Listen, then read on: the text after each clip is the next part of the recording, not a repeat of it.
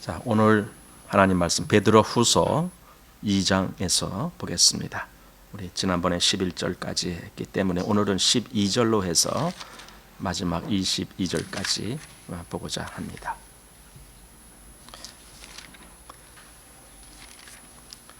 자, 내용이 조금 긴데 그래도 우리가 한번 다 읽어보겠습니다.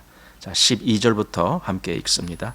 그러나 이 사람들은 본래 잡혀 죽기 위하여 난 이성 없는 짐승 같아서 그 알지 못하는 것을 회방하고 저희 멸망 가운데서 멸망을 당하며 불의의 값으로 불의를 당하며 낮에 연락을 기쁘게 여기는 자들이니 점과 흠이라. 너희와 함께 연회할 때에 저희 간사한 가운데 연락하며 음심이 가득한 눈을 가지고 범죄하기를 쉬지 아니하고 굳세지 못한 영혼을 유혹하며 탐욕에 연단된 마음을 가진 자들이니 저주의 자식이라. 저희가 바른 길을 떠나 미혹하여 부올의 아들 발람의 길을 쫓는도다. 그는 불의의 삭슬 사랑하다가 자기의 불법을 인하여 책망을 받되 말 못하는 나귀가 사람의 소리로 말하여 이 선지자의 미친 것을 금지하였느니라.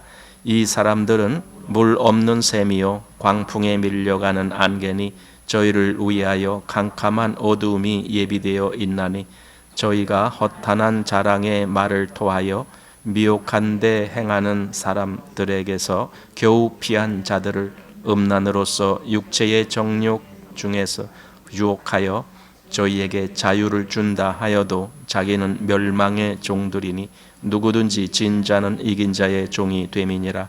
만일 저희가 우리 주 되신 구주 예수 그리스도를 알므로 세상의 더러움을 피한 후에 다시 그 중에 얽매이고 지면 그 나중 형편이 처음보다 더 심하리니 의의 도를 안 후에 받은 거룩한 명령을 저버리는 것보다 알지 못하는 것이 도리어 저희에게 나으니라. 참 속담에 이르기를 개가 그 토하였던 곳에 돌아가고 돼지가 씻었다가 더러운 구덩이에 도로 누웠다 하는 말이 저희에게 응하였도다. 아멘. 네, 이제 2장 두 번째 말씀을 보게 됩니다. 2장에는요 거짓 선생들에 대한 경고가 나와 있습니다. 물론 거짓 선생 그들을 돌이키게 하기 위한 경고가 아니라 성도들을 향해서 그 거짓 선생들에게 유혹되지 말아라. 이제 이 경고가 있는 말씀입니다. 그래서 1장에서는 우리가 이제 지난번 볼 때에 그리스도를 알므로 이렇게 정말 우리가 바르게 알게 됐을 때 거기서 믿음이 나오고 거기서 신앙이 바르게 되고 이런 내용들을 우리가 보게 되었습니다. 그런데 2장에 오니까 미혹 또는 유혹 이런 단어들이 또 많이 나옵니다. 그러니까 1장에 정말 그리스도를 알므로 그렇게 바른 신앙의 길을 걷는 자가 되었다라면은 그 다음에는 미혹받지 아니하도록 유혹되지 아니하도록 정말 그 믿음을 아주 굳건히 할 수 있는 그런 길로 가라. 지금 그 얘기 같아요. 그래서 2장에 유혹이나 미혹 이런 말씀 또 회방하는 자들 이런 것에 대한 내용 그리고 또 이단의 내용이 나오고 있습니다. 이단 지금도 이단 이렇게 얘기하는데 사실 지금은 이단이 교회와 이렇게 구별이 되어 있죠. 분리되어 있죠. 근데 이때는요 교회 속에 같이 있었어요. 이단들이 교회가 이렇게 모일 때 그 중에 이단을 추종하는 자들도 같이 있고 그래서 그들을 자기들을 주장하고 그러니까 또 다른 성도들이 거기에 미혹되고 막 이런 일이 있었습니다. 그래서 더 경계를 했죠. 근데 이제 지금도 우리는 이단자들이 어떻다는 것을 알기 때문에 이런 말씀을 읽어보면은 이단들이 이런 자들이구나 하고 더욱 그들의 잘못된 것을 알게 됩니다. 자, 이제 12절 말씀 보십시오. 그러나 이 사람들은 본래 잡혀 죽기 위하여 난 이성 없는 짐승 같아서 그 알지 못하는 것을 회방하고 저희 멸망 가운데서 멸망을 당하며 이렇게 되어 있습니다. 여기 이제 회방이라는 말이 나오는데 이미 그 앞에 10절 또 11절 여기에 계속 그 말이 나왔습니다. 회방. 영광 있는 자를 회방하거니와 이렇게 10절에서 말했고, 또 11절에 주 앞에서 저희를 거스려 회방하는 송사를 하지 아니하느니라 이렇게 말합니다. 이 회방한다 이렇게 말했습니다. 그런데 이제 지난번에 제가 여기 10절 말씀 여러분들에게 말씀드리면서 10절 그 뒷부분에 보면은 영광 있는 자를 회방하거니와 이 말에 대해서 제가 어떻게 설명드렸냐면은 영광 있는 자라는 말을 그리스도 우리 주님 또는 하나님을 이렇게 호칭하는 그런 용어로 제가 말씀을 드렸습니다. 그런데 사실은 그 앞에 10절 그 앞에 주관하는 일을 멸시하는 자들에게 이런 말이죠. 여기서 주관하는 일은 물론 여기서는 정말 하나님이시다라는 걸 알게 되는데, 그 다음에 영광 있는 자를 회방한다라는 말이 이게 제가 이제 ESV라는 영어 성경을 보니까 영광 있는 자라는 것이 복수형으로 되어 있어요. 영광 있는 자들을 회방한다 이제 이렇게 돼 있는 거예요. 그래서 제가 이제 다른 어떤 그 뭐 주석이라든가 이런 걸 같이 보니까 거기서도 이걸 그렇게 해석을 했더라고요. 복수형으로. 그래서 이것은 하나님을 의미하는 것이 아니고 오히려 하나님의 사역을 하는 사람들이다. 그러니까 두 가지, 하나는 천사들이냐 하나는 어떤 특별한 사람들이냐 했을 때 천사들을 표시하는 것 같지는 않다. 왜냐하면 그 다음에 이제 천사는 따로 말을 하기 때문에 그래요. 그래서 이건 하나님의 일을 하는 사람들인데 다른 사람들이 그 하나님의 일을 하는 사람들을 회방했다.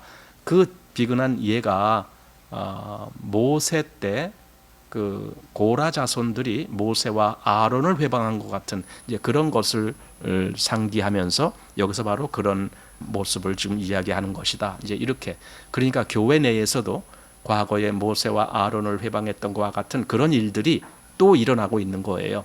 그래서 그런 영광 있는 자들을 회방한다라는 말을 여기서 그렇게 했다라고 그렇게 되어 있습니다. 자, 그래서 지금 여기 다시 이제 12절로 옵니다. 그러나 이 사람들은 본래 잡혀 죽기 위하여 난 이성 없는 짐승 같아서 이렇게 말합니다. 짐승은 이성이 없다라는 겁니다. 그러니까 여기서의 이성이라는 것은 생각할 수 있는 능력인데, 그런데 이 생각은 아무 생각이 아니죠. 이것은 하나님을 생각하는 생각이라고 저는 봅니다. 여기서 이성이라고 말할 때는 하나님에 대한 생각, 바른 기준 이런 것을 이야기한다라고 봅니다. 그런데 짐승들은 그런 것이 없잖아요. 그런데 사람이 되어서까지도 하나님에 대한 생각이 없는 것처럼 그렇게 행동하는 사람들이 있잖아요. 그래서 그들을 마치 이성 없는 짐승과 같다라고 지금 여기서 그렇게 대비해서 말씀을 하고 있는 겁니다. 바른 지식을 멸시하는 거죠. 그래서 그냥 육신의 그 본능대로 살아가는 그런 것을 말한다라고 봅니다. 본능. 지금 사실 세상 살아가는 걸 가만히 보면은 꽤 복잡한 시대 같다라는 느낌이 들지만 사실 가만히 생각하면은요, 그냥 본능대로 살아가는 거예요. 대부분 그렇게 살아가는 거죠. 본능이 먹고 싶은 거, 본능이 즐기고 싶은 거, 본능이 뭐 갖고 싶은 거, 뭐 전부 이런 것을 추구하면서 살아가잖아요. 이것이 그러니까 일반 짐승들을 볼 때에도 짐승들도 그렇게 살아요. 물론 사람과는 좀 취향이 다르죠. 하지만 다르더라도 그 짐승은 나름대로 그 짐승의 본능대로 뭔가 원하는 거, 자기들이 먹고 싶을 때는 먹을 거, 또는 뭐 가서 뛰어놀고 싶을 때는 뛰어놀 거고, 뭐 이런 거 하든 자기들이 원하는 대로 그렇게 하는 걸 가만히 보게 되거든요. 그러면은 사람도 자기들이 원하는 대로만 살면은 짐승과 다를 게 뭐냐 이거죠. 여기 이성 없는 짐승 같아서 그 알지 못하는 것을 회방하고, 그러니까 하나님에 대해서는 알지 못해요 이들은. 그런데 그걸 또 회방을 해요. 알지 못하면서도 회방을 하는 자들이 이들이다라는 거죠. 한마디로 여기 아까 뭐 이단자들이라고 했는데 이단자들뿐만이 아니라 이런 거짓 선생들이 다 그렇다라는 뜻입니다. 그래서 그 알지 못하는 것을 회방하고 하고, 저희 멸망 가운데서 멸망을 당하며, 멸망 가운데서 멸망을 당한다. 그들은 살아가는 것이 멸망 가운데서, 사망 가운데서 거기서 살아가다가 결국은 그 결과대로 사망을 당한다. 지금 그렇게 말하는 겁니다. 그리고 13절로 갑니다. 불의의 값으로 불의를 당하며 낮에 연락을 기쁘게 여기는 자들이니 점과 흠이라. 이 불의의 값으로 불의를 당하며, 사실 속이는 자는 자기가 남을 속이기도 하고 또 자기도 속기도 한다. 이제 그런 말씀이 있듯이 이 사람들도 불의의 값으로 자기가 불의의 어떤 이득을 취하기도 하지만 또 그렇게 당하기도 한다. 지금 이런 말씀으로 보여집니다. 그런데 이들이 어떻게 하느냐? 낮에 연락을 기쁘게 여기는 자들이다. 연락이라는 것은요, 잔치하는 거예요. 한마디로 자기 쾌락을 추구하는 거예요. 근데 낮에 대부분 그래도 낮에는 일을 하고 그리고 뭔가 좀 편안하고 쉬고 뭐 이러고 싶어도 그건 저녁 때 되게 하는 거잖아요. 한마디로 예를 들어 술 좋아하는 사람들 일 끝나고 저녁 때 술 마시고 그러잖아요. 그게 보통이잖아요. 그런데 대낮에 술을 먹고 막 이러는 사람 보면 어떻게 느껴집니까? 뭔가 좀 저 사람은 많이 좀 잘못됐는가 보다 이렇게 느껴지잖아요. 이들이 바로 그랬다는 겁니다. 낮에 연락을 기쁘게 여겼다라는 겁니다. 그런데 문제는 이게 교회 속에서 그렇게 되는 거예요. 그러다 보니까 온전한 성도들도 그들하고 같이 그렇게 하게 되는 거예요. 교회 속에서 하다 보니까 그냥 저렇게 하는 것이 옳은가 보다 하고 같이 묻어서 같이 낮에부터 연락을 즐기고 막 이러고 이제 있는 거죠.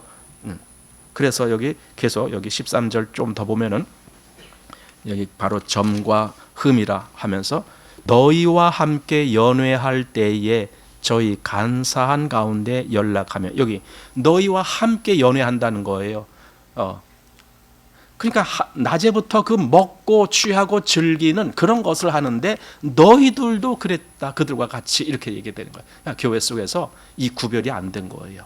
교회 속에 이렇게 섞여 있는 거죠. 이런 잘못된 신앙을 가진 이들이 교회 속에 같이 있으면서 막 미혹하고 유혹하고, 또 그들 중에는 선생들이 있었잖아요. 거짓 선생들이라고 이 2장 앞부분에 나온 것처럼 선생들이 있어서 다른 사람들에게 막 영향을 주는 거예요.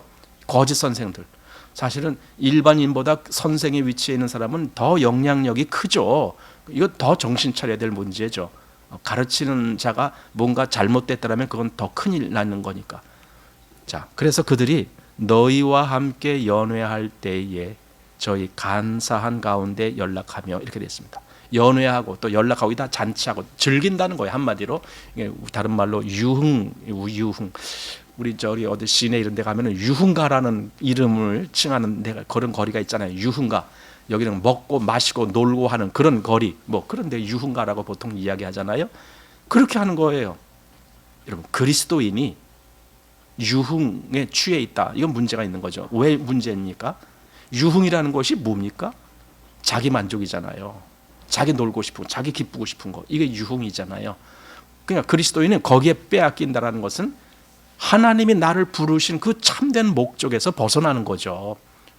그래서 잘못되지만은 여기 교회 속에 바로 그런 사람들이 섞여 있기 때문에 너희도 그들과 같이 연락하고 그들과 같이 잔치하고 이랬다. 이런 걸 지금 여기서 지목을 하고 있는 겁니다. 대낮부터 그랬다는 거예요. 이사야서에 보면은 그런 예가 구약에서도 경고한 대목이 나오는데 이사야서 5장에 나옵니다. 한번 보시기 바랍니다. 이사야 5장 11절 말씀. 아침에 일찍이 일어나 독주를 따라가며 밤이 깊도록 머물러 포도주에 취하는 그들은 화 있을진저. 아침부터 술 먹는 거예요. 그래서 밤까지 술 먹어요. 근데 그들은 화 있을진저. 왜 그렇습니까? 술 자체가 죄 짓는 건 아니잖아요. 그런데 문제는 그들의 마음이 빼앗겼다는 거죠. 마음을 자기 만족, 자기 쾌락, 자기 유흥 거기에 빼앗겼다는 거죠. 그리고 이게 잘못된 거라는 거죠. 그래서 구약에도 그렇게 얘기했는데 지금 여기 베드로 후서에서도 그런 일이 교회 안에서 벌어지고 있다. 이거예요. 교회 안에서 벌어지고 있다. 자, 그리고 14절. 음심이 가득한 눈을 가지고 범죄하기를 쉬지 아니하고 굳세지 못한 영혼들을 유혹하며 탐욕에 연단된 마음을 가진 자들이니 저주의 자식이라. 이들의 결과는 저주입니다. 그런데 그들이 어떠한 자들이냐? 음심이 가득한 눈을 가지고, 공통점이 하나님을 모르는 그런 사람들은 본능으로 사는 거예요. 본능. 그러니까 본능이라는 것은요, 기본적으로 갖고 있는 욕구. 그게 예를 들어 에덴 동산에서는 먹음직도 하고 보암직도 하고 지혜롭게 할 만큼 탐스러움, 이게 다 본능이거든요. 인간이 이 육신의 소욕으로 인해서 갖게 되는 욕구, 본능입니다.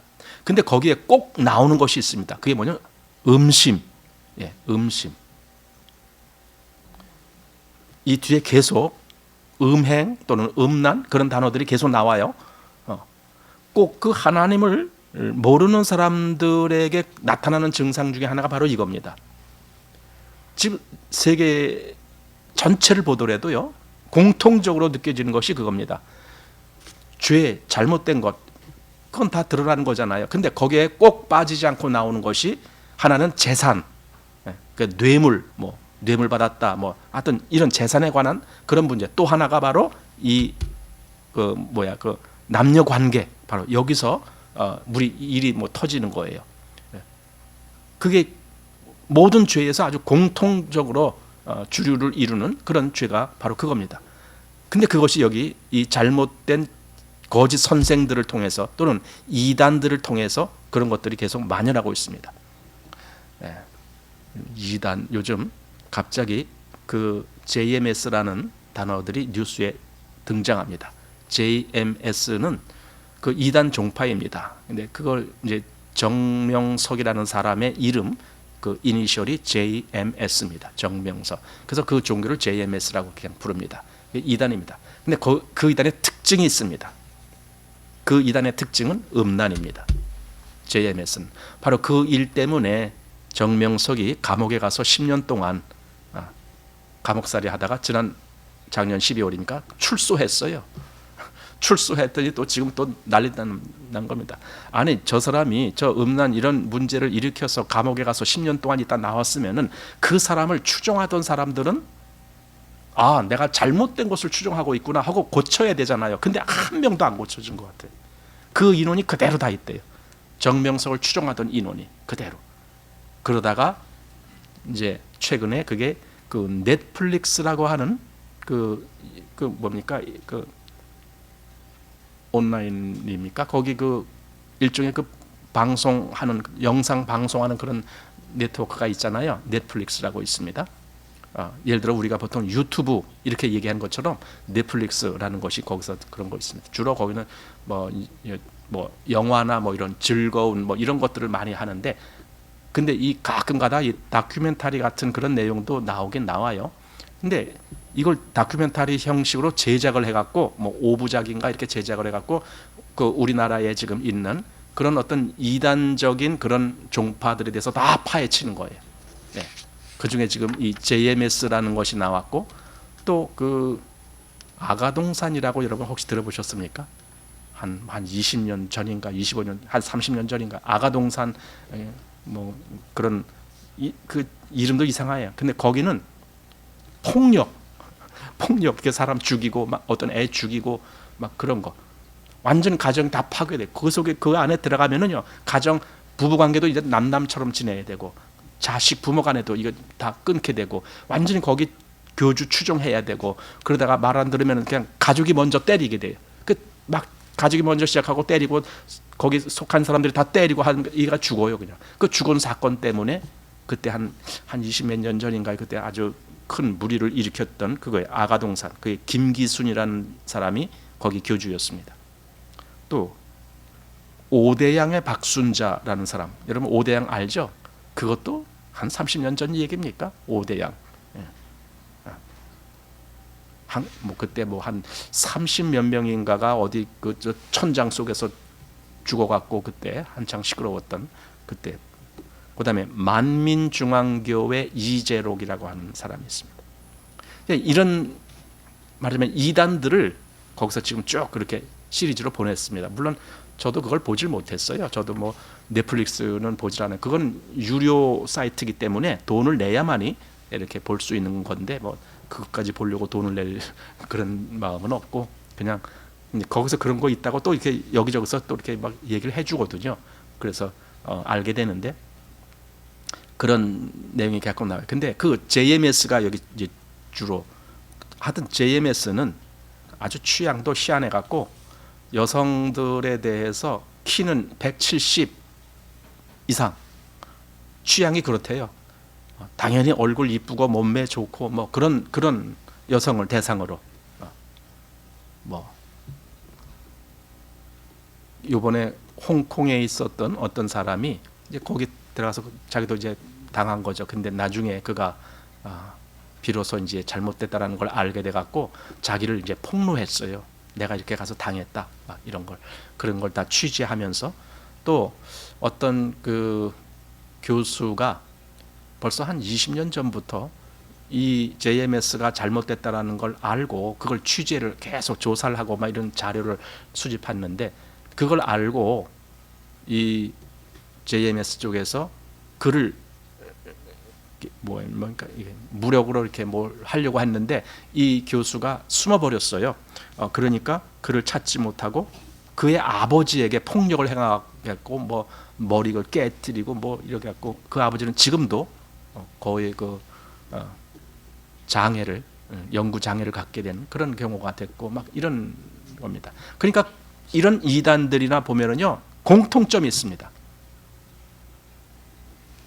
돈이 많아요. 이런 이단들은 다 재산을 전부 다 내게 하고 막, 그러니까 그 돈, 재산, 그 다음에 어떤 그 음란 뭐 이런 것들이 만연돼 있고, 그 다음에 폭력, 특징이 그겁니다. 폭력. 근데 아마 거기에 신천지는 요즘 안 나온 것 같아요. 그건 요즘 거라 그래서 이건 나머지들은 다 옛날 건데 이거 요즘 거라 그래서 그런가. 근데 JMS도요 옛날 거라 알겠지만 지금도 계속 그대로 있고, 또 그 뭐 하나님의 교회 안상홍 증인회 같은 그런 데도 지금도 얼마나 번창한지 몰라요. 지금 하나님의 교회도 우리나라에 한 30만 명 정도가 있다. 그러니까 오히려 신천지보다도 더 큰 무리가 하나님의 교회예요. 그런 무리들이 있고 합니다. 그래서 뭐 그 넷플릭스의 제목이 나는 신이다. 예, 제목이 그래요. 나는 신이다. 그 제목으로 이렇게 시리즈를 보냈는데 정말 거기 교주들은 전부 신의 위치에 있습니다. 그래서 거기에 한번 빠진 사람들은요, 그 교주가 무슨 짓을 해도 그게 다 옳은 거예요. 무슨 짓을 해도. 어떤 젊은 여성들과 그런 관계를 맺고 음란한 그런 일을 벌여도요, 뭐라고 얘기하느냐, 너가 사랑을 받아서 그런 거야, 뭐 이런 식으로 이제 하는 거예요. 그 전에도 그래서 이 JMS가 감옥에 있을 때에 서로 면회 가려고, 그 젊은 신도들이, 젊은 여성 신도들이 서로 면회 가려고 줄을 섰다, 뭐 그런 우스갯소리가 있었어요. 어떻게 그렇게 그런 지경이 됐는데도 그 잘못을 왜 모를까 이거죠.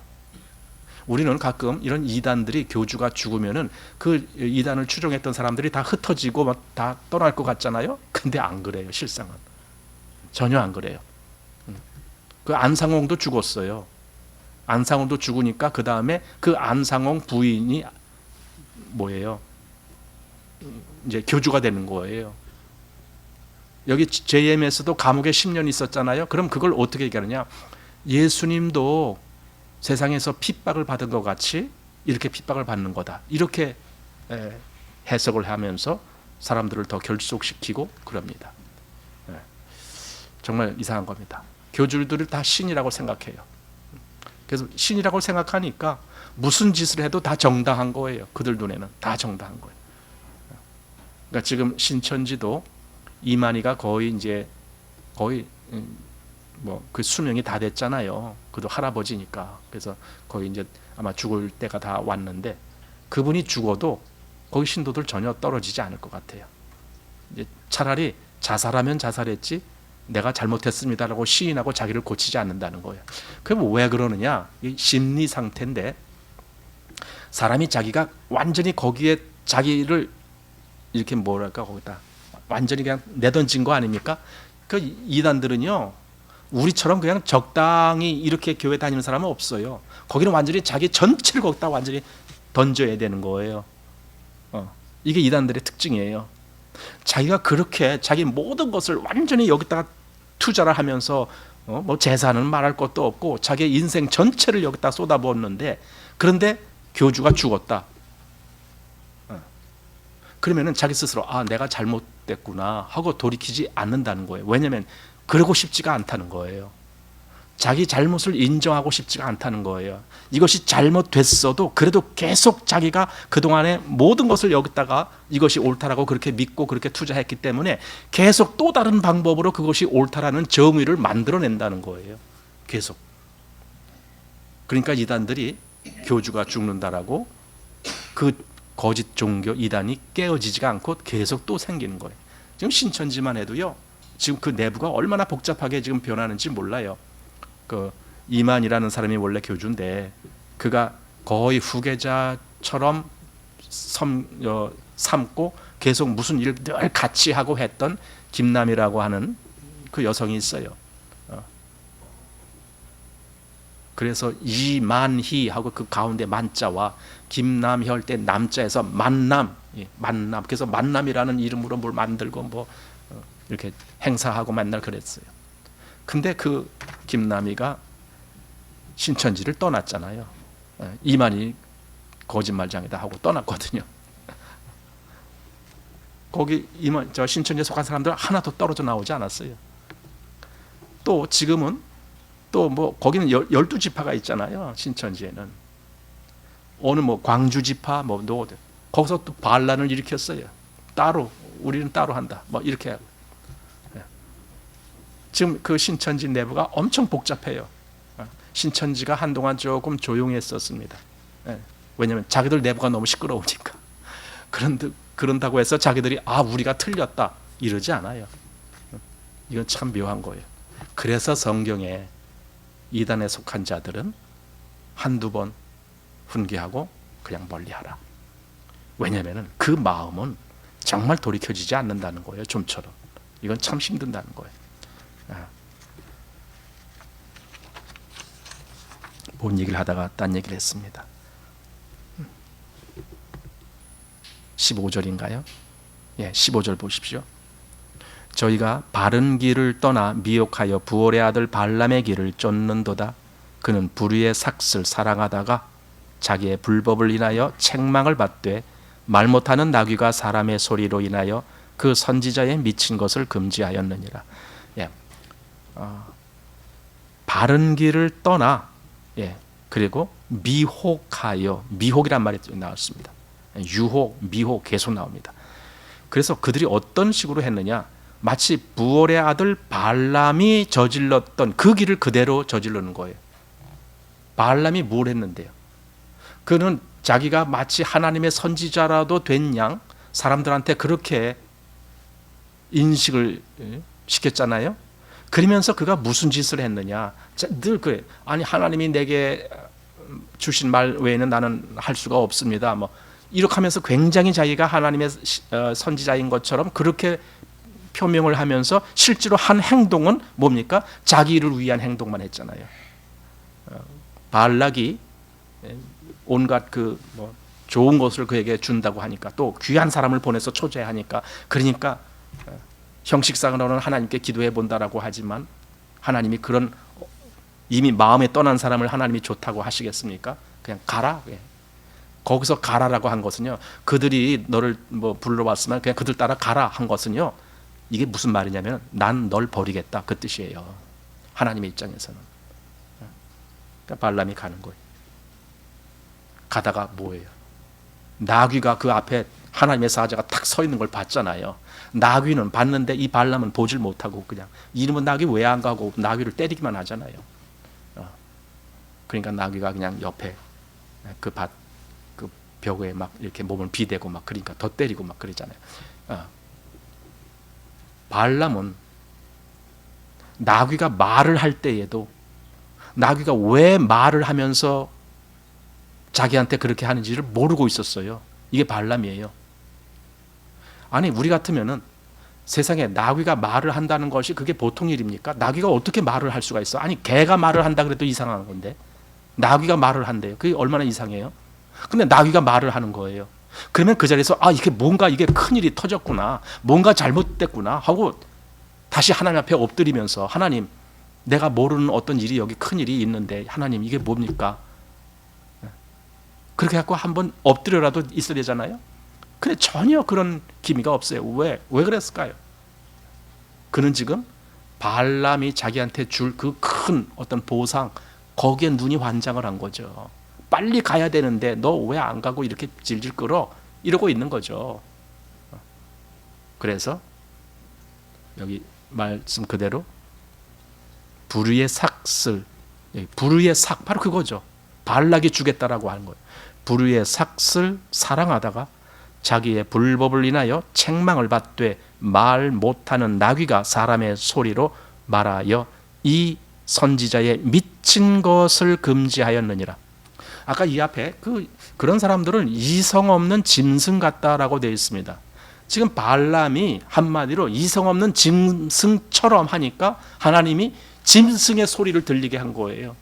너는 내 말을 못 알아들으니까 넌 나귀 소리나 들어라 이거예요. 너가 짐승같이 지금 하고 있지 않느냐. 그랬던 거죠. 발람의 길. 이 발람의 길이라는 게 계속 이 뒤에도 나옵니다. 그 발람이 사실상 발락이 주는 재산만 그것만 마음에 있었던 게 아닙니다. 가서 여기 민수기 또 뭐 이런 뒤에 이런 말씀을 보면은요, 거기서 음란이라는 것을 그 백성들에게 퍼뜨렸어요. 그 얘기가 나와요. 그 얘기가 이제 발람에 대한 것은 민수기 22, 23, 24장 계속 나오죠. 한번 거기 조금 보겠습니다. 민수기 22, 23, 24 이렇게 나오고요. 25장 보십시오. 25장 1절 이스라엘이 시딤에 머물러 있더니 그 백성이 모압 여자들과 음행하기를 시작하니라. 그 여자들이 그 신들에게 제사할 때에 백성을 청하매 백성이 먹고 그들의 신들에게 절함으로 이스라엘이 바알 부올에게 부속된지라. 이렇게. 그러니까 여기 뭐예요? 그 모압 여인들이 이 이스라엘 남자들을 초대했어요. 그러니까 이스라엘 남자들이 좋다 하고 거기 가서 같이 그 바알에가 제사하고 거기서 같이 먹고 같이, 그리고 뭐 음란도 여기 음행하기를 시작하니, 이렇게 모압 여자들과 음행하기를 시작하니라 이렇게 됐어요. 그러니까 그 이방신을 섬기는 일과 또는 음란하는 일이 같이 병행해서 있는 거예요. 그리고 같이 그들과 먹었습니다. 그러니까 아까 베드로 후서에 기록된 말씀이 그대로 거기 나온 거예요. 아까 베드로 후서에서 너희와 함께 연회할 때에 이렇게 했잖아요. 같이 먹고 마시고 즐기는 거예요. 그게 그들에게 있었던 말입니다. 자, 근데 이 발람이 다시 민수기 31장에 보면은 이렇게 나오고 있습니다. 민수기 31장 16절 말씀. 보라, 이들이 발람의 꾀를 쫓아 이스라엘 자손으로 부올의 사건에 여호와 앞에 범죄케 하여 여호와의 회중에 연병이 일어나게 하였느니라.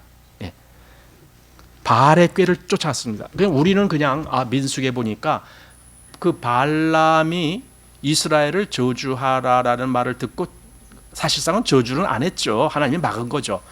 그냥 그걸로 끝났는 줄 알았어요. 그런데 이 발람이 그 모압에 있는 그 여인들을 계속 뭐 어떻게 하는지 하여튼 그들을 선동질해 갖고 그 발람의 영향으로 말미암아 모압 여인들이 이스라엘과 같이 뭐 이렇게 음란을 행하는 그런 일을 하게끔 그렇게 유도가 됐던 거예요. 그러니까 이스라엘도 바보였죠. 거기에 넘어갔으니까. 그래서 그런 일이 있었습니다. 그래서 나중에 요한계시록을 한번 보십시오. 요한계시록에 보면은 버가모 교회에 보낸 편지에 그 말씀을 해주고 있습니다. 자, 요한계시록 2장. 자, 요한계시록 2장이요. 14절 말씀 보십시오. 그러나 내게 두어 가지 책망할 것이 있나니 거기 내게 발람의 교훈을 지키는 자들이 있도다. 발람이 발락을 가르쳐 이스라엘 앞에 올무를 놓아 우상의 제물을 먹게 하였고, 그렇죠. 아까 민수기에서 본 대로 그 이스라엘 사람들이 그 모압 여인들과 하나가 돼 갖고 그들 제사할 때 가서 같이 우상에 절하고 거기서 같이 우상의 제물을 먹고 같이 음행을 하고 이랬단 말이죠. 지금 그 얘기를 여기서 하는 거예요. 우상의 제물을 먹게 하였고 그 다음에 또 음행하게 하였느니라. 이렇게. 예. 여기 버가모 교회에 바로 그런 일이 있었다. 근데 그게 이런 일을 얘기할 때 바로 발람 때에 그랬다. 그래서 그들이 발람의 교훈을 지금 쫓는 거다. 이렇게 말을 하는 거죠. 불의의 삭슬 사랑하고 우상을 섬기고 그리고 음행하고 이런 내용들. 자, 다시 본문. 그래서 16절에 자기의 불법을 인하여 책망을 받되 말 못하는 나귀가 사람의 소리로 인하여 이 선지자의 미친 것을 금지하는, 이런 걸 보고 미친 것이라고 얘기하는 거예요. 예, 사람은 하나님을 모를 때 사실 미친 삶을 사는 거예요. 예. 뭐에 미친 건가? 자기라고 하는 곳에 미친 거예요. 자기의 욕구, 자기의 쾌락, 여기에 미치는 거죠. 그렇게 살아가는 거죠, 사람들이. 하나님을 모를 때는. 그러니까 거의 짐승과 같은 거죠.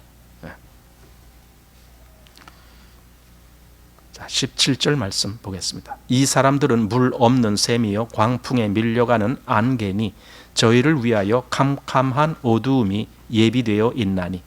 예, 이 사람들은 물 없는 샘. 예, 샘이 물이 없으면 그 무슨 가치가 있는 거예요?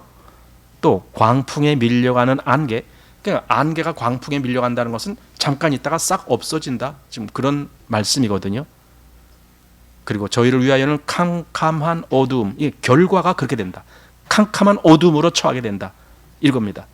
예. 그러니까 굉장히 그들이 뭐 하는 것 같이 요란하고 떠들고 사람들 보기에는 굉장히 뭔가 크게, 사실 이단자들이요 행사하는 걸 보면은 굉장히 아주 크게 떠들고 그러잖아요.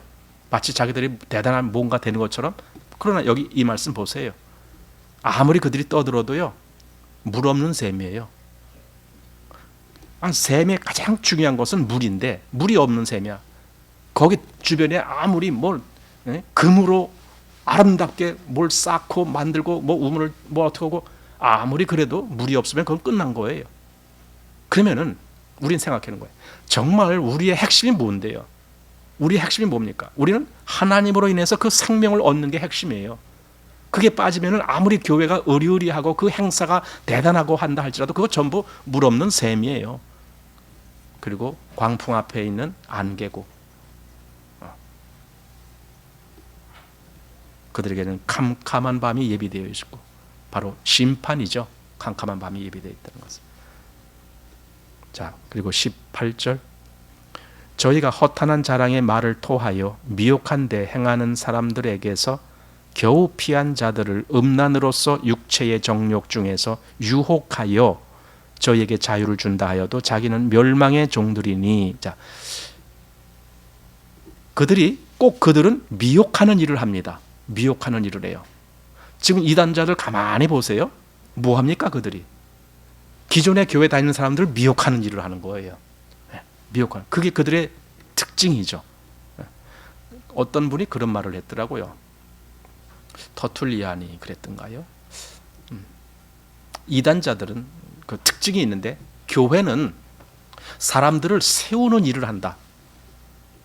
그러니까 사람들을 하나님 앞에 올바로 세우는 그 일을 교회가 한다. 이단자들은 세워진 자들을 넘어뜨리게 한다. 이게 이단자들의 특징이라는 거예요. 어떻게 해서든지 그냥 이단자들은 그냥 교회 밖에 있는 이런 사람들은 생각 안 해요. 그들은 신경 안 써요. 꼭 교회에 다니는 사람을 끌어내려서 자기들한테 어떻게 하게 만들려고 꼭 그러죠. 미혹에서 피한 자들을 육체의 정욕 또는 음란으로 유혹한다. 이 육체의 정욕과 음란이 같은 의미로 사용되고 있는 겁니다. 육체 정욕 중에 유혹하여, 그래서 그들이 무슨 말을 했냐? 19절에 저희에게 자유를 준다 하여도 자기는 멸망의 종들으니 누구든지 진 자는 이긴 자의 종이 됨이라. 거짓말로 미혹을 하는 거예요. 우리는 정말 참 자유를 얻었어. 우리는 너에게 이 자유를 얻게 해줄 수 있어. 너희도 우리와 같이 하면은 너도 이렇게 자유를 얻을 수 있어. 하면서 그 자유 얘기를 하는 겁니다.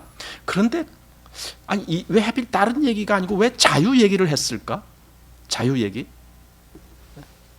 아마 그 당시에 교회를 통해서 교회에서 되어져가는 여러 일들이 그들 눈에는 마치 뭔가에 이렇게 얽매여 있는 것 같이 보였던 것 같아요.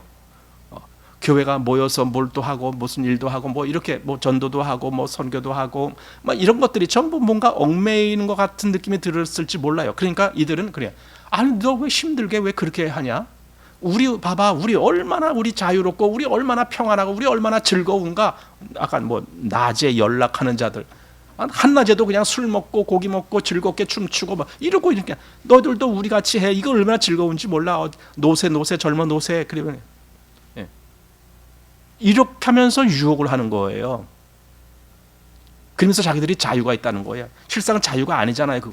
그건 오히려 자기 쾌락, 자기 죄의 종로로 타고 있는 건데 그걸 자유라고 말하는 거예요. 근데 여기서 굳이 그 자유 얘기를 꺼낸 것이 이 뒤에 나중에 3장에 가보면 같이 연결되어 있어요.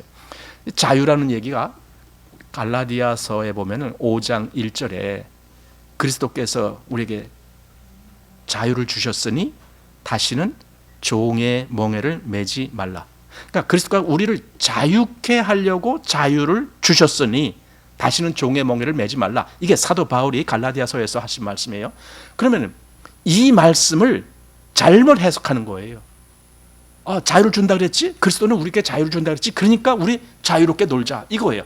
이게 잘못 해석한 거죠. 그게 무슨 자유입니까? 그런데 그렇게 하는 거예요. 바로 그래서 베드로 사도가 3장에 가보면은 그들이 이 하나님의 말씀을 억지로 잘못 해석해서 막 푼다는 거예요. 그 중에 바울 사도가 보낸 서신서 중에 여기 그 얘기가 나오죠. 거기 잠깐 먼저 보고 갈게요. 16절 말씀 보십시오. 3장 16절입니다. 물론 15절부터 보야 좋겠죠. 15절부터 보겠습니다. 3장 15절. 또 우리 주의 오래 참으심이 구원이 될 줄로 여기라. 그러니까 오래 참으심. 그런데 이 사람들은 참지 못하는 거예요. 즉시 즐거움을 쫓아가니까.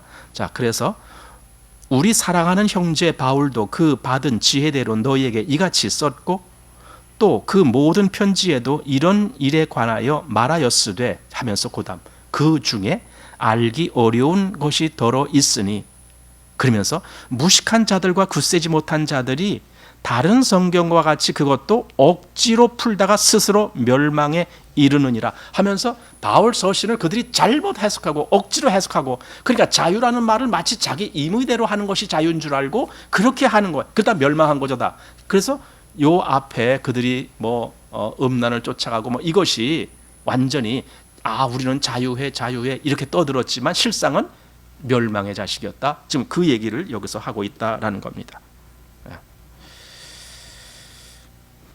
자, 아까 본문 다시 봅니다. 자유를 준다 하여도 자기는 멸망의 종들이니 여기 19절에 그랬습니다. 누구든지 진 자는 이긴 자의 종이 됨이니라. 진 자는 잠언 22장 7절 보면은 바로 이 내용이 나옵니다. 진 자는 이긴 자의 종이야. 자, 그러니까 보십시오. 너희가 지금 자유롭다 또는 자유를 준다 떠들지만은 사실은 너희는 지금 죄의 종로로 타고 있잖아. 너희는 그리스도의 복음을 지금 저버리고 있는 거야. 너희는 하나님의 뜻을 저버리고 있는 거야. 그리고 종로로 타고 있어. 그런데 무슨 자유인이냐? 너는 종이지. 너는 죄의 종이지. 지금 그 얘기거든요. 진 자는 이긴 자의 종. 죄가 너희를 이겼잖아. 그러니까 너는 죄의 종이지. 이거죠. 자, 20절. 만일 저희가 우리 주 되신 구주 예수 그리스도를 알므로 세상의 더러움을 피한 후에 다시 그 중에 얽매이고 지면 그 나중 형편이 처음보다 더 심하리니. 주님을 알므로 뭔가 좀 알았다라고 그들이 그랬어요. 그래서 사실은 이런 내용을 할 때 이게 정말 구원받은 사람이 다시 그 구원에서 떨어질 수가 있느냐, 이제 이런 문제가 제기되고 있습니다. 그래서 그런 문제를 하면 좀 민감한 교리 문제가 됩니다. 그런데 사실은요, 그렇게 볼 필요가 전혀 없어요. 교리적으로 이것이 뭐 어떻게 해석해야 되느냐, 아니에요. 그냥 말씀 그대로만 보면 돼요.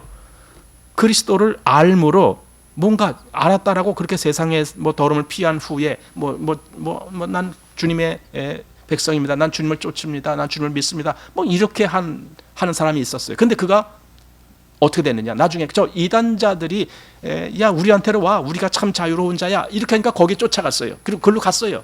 한마디로 여기 바른 어떤 교회에 있다가 이단자들이 와서 막 유혹하니까 저 신천지로 가버렸어요. 그럼 그런 사람에 대해서 아니 어떻게 구원받은 사람이 다시 떨어질 수가 있느냐, 그런 말 할 필요가 없어요. 구원이라는 것은요, 그건 최종의 그 결과물이 주어지는 것이 구원이지 중간에 망하는 것이 구원이 아니에요. 그건 망할 수가 없어요.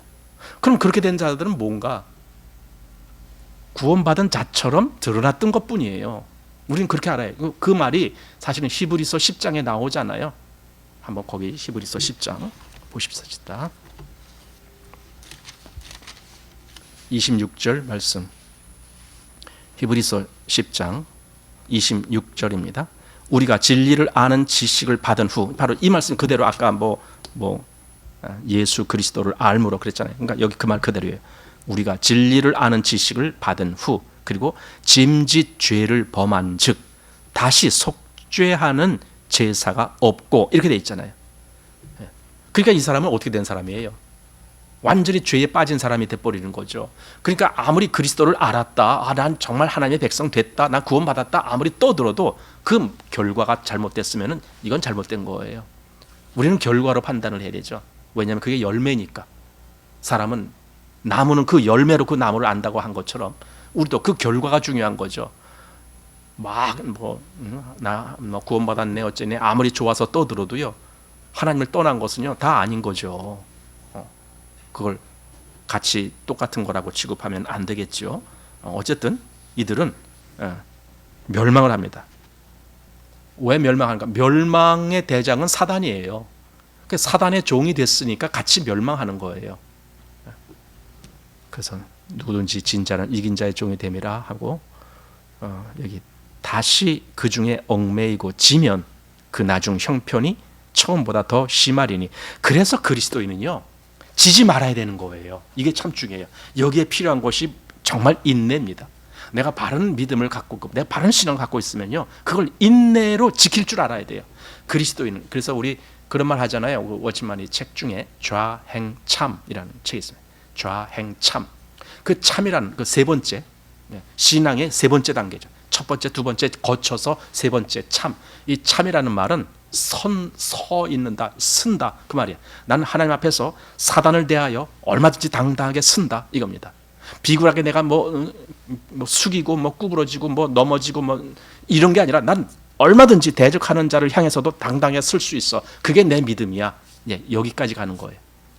그리스도인은요 자기의 위치에 당당할 수 있어야 돼요.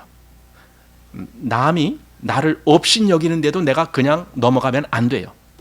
이 대적하는 자는요 내 약점을 보면 그걸 아주 집요하게 파고 늘어져요. 대적하는 자는 내가 사단에게 뭔가를 잘못 보이면요 사단이 그걸 계속 그걸 아주 그냥 짚고 늘어지려고 그래요. 그래서 내가 사단한테 그런 모습을 보이고 비굴하게 있으면 안 됩니다. 계속 사단의 밥이 돼요. 그러면 사단의 밥. 그래서 당당해지려면은 첫 번째로 여기 1장에 나온 것처럼 내가 그리스도를 더 확실하게 알아야 돼요. 더 확실하게. 자, 그들은 나중 형편이 처음보다 더 심하게 되리니. 그러면서 21절에 의의 도를 안 후에 받은 거룩한 명령을 저버리는 것보다 알지 못하는 것이 도리어 저희에게 나으리나. 뭔가를 알고 다시 타락을 하는 것보다 차라리 처음부터 모르는 게 낫다.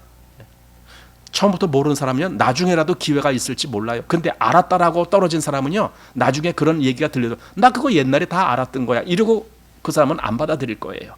그러니까 더 심해진다는 거죠. 그러니까 모르고 있는 상태에서는 언제든지 기회가 와요. 근데 알고 잘못된 길로 갔다. 그건 의도적으로 그렇게 한 거거든요. 의도적으로 의의 도를 차버린 거거든요. 하나님을 알면서도 하나님을 거역한 거거든요. 아까 히브리서 10장의 말씀처럼 주를 알았지만은 주님을 거역하는 거죠. 그것이 바로 돌이켜지기가 힘든 거죠. 그래서 이단자들에 대한 내용이 나오는 겁니다. 나중 형편이 더 악하게 되리라. 그 누가복음 11장 24절에 보면은 귀신 들렸던 자가 그 귀신이 나갔을 때 다시 돌아와 보니까 그 집이 소재되어 있었다. 그러니까 자기보다 더 악한 귀신 7을 데리고 와서 그 집에 거해야 된다. 그러니까 그 사람의 형편이 나중 형편이 더 악하게 된다. 지금 그 얘기가 있거든요. 잠깐 뭐 좋은 것 같았지만, 잠깐 귀신이 나가서 좋은 것 같았지만 아닙니다. 정신 차리지 않으면은 더 악한 귀신 7을 데리고 들어와요. 그 귀신이 더 악화되는 거죠. 예, 마찬가지 여기 지금 11절에 의의 도를 안 후에 받은 거룩한 명령을 저버리는 것보다 알지 못하는 것이 도리어 저희에게 나으니라 하면서 참 속담에 이르기를 개가 그 토하였던 곳에 돌아가고 돼지가 씻었다가 더러운 구덩이에 도로 누웠다 하는 말이 저희에게 응하였도다. 예, 그들도 그래서 처음에는 하나님을 안다, 나 예수님을 알아, 나 예수님 믿어, 나도 구원받았어, 그랬던 자들이라는 거죠. 그들이. 그런데 결국 그들이 어떻게 되느냐, 이 거짓 가르침, 이단적인 가르침, 그걸로 빠져버리는 거예요. 주님을 알았는데, 이 의의 도를 알았었는데 그걸 저버리는 거예요. 의의 도는 예수 그리스도로 말미암아 내가 하나님 앞에 구속받은 사실이 의의 도인데, 그게 아니라 지금 이단자들 보세요. 이단자들의 특징은 뭐 그들 뭐 하나님 인정하고 예수님도 인정하고 다 인정한다라고 하지만 사실은 부인하는 거예요. 왜 그러냐? 그들의 새로운 구원자가 또 있으니까. 이만희를 통해서 어떻게 되니까, JMS를 통해서 뭐 어떻게 되니까, 안상홍을 통해서 뭐 어떻게 된다니까. 이렇게 사람이 드러나고 있죠. 사람이 하나님의 위치에 가고, 사람이 성령의 위치에 가고 그러잖아요. 그러니까 그리스도를 저버리는 거죠. 그들은. 개가 그 토하였던 곳에 도로 가고 돼지가 씻었다가 더러운 구덩이에 도로 눕는 것, 바로 그게 그들에게 응한 거예요. 그러니까 정말 그리스도를 알았다라고 하면서도 사실 저버리는 자들이 이렇게 되는 거예요. 이게 무서운 거죠. 그러니까 한번 뭔가 비침을 받고 뭐 성령의 뭐 은사를 맛보고 뭐 그리고 타락한 자들은 다시 회개케 하여 새롭게 할 수가 없다. 다시 회개케 하여 새롭게 할 수가 없다. 이 경고의 말씀을 정말 제대로 그걸 들은 사람이라면 즉시 정신 차리게 되겠죠. 즉시. 만약에 혹 그런 비슷한 위치에 있는 사람이라도 그런 말씀이 지금 보였다라면, 아이고, 내가 지금 정신없이 내가 여기 미친 아까 그자 그 사람의 미친 것을 어떻게 했다. 내가 지금 미친 짓 하고 있네. 빨리 돌이켜야죠. 빨리. 그래야 혹 기회가 있을지 몰라요. 안 그러면은 그냥 여기 버림받은 자, 돼지나 여기 개가 어떻게 하는지 그와 같은 입장이 돼버리는 거죠. 어쨌든 지금은 이렇게 미혹하는 일이 많아요. 교회 속에서도 미혹하는 일이 많아요. 그런데 그 얘기가 마태복음 24장에 보면은 예수님이 마지막 때에 되어질 일 해놓고 말씀하실 때 바로 그 말씀이 있습니다.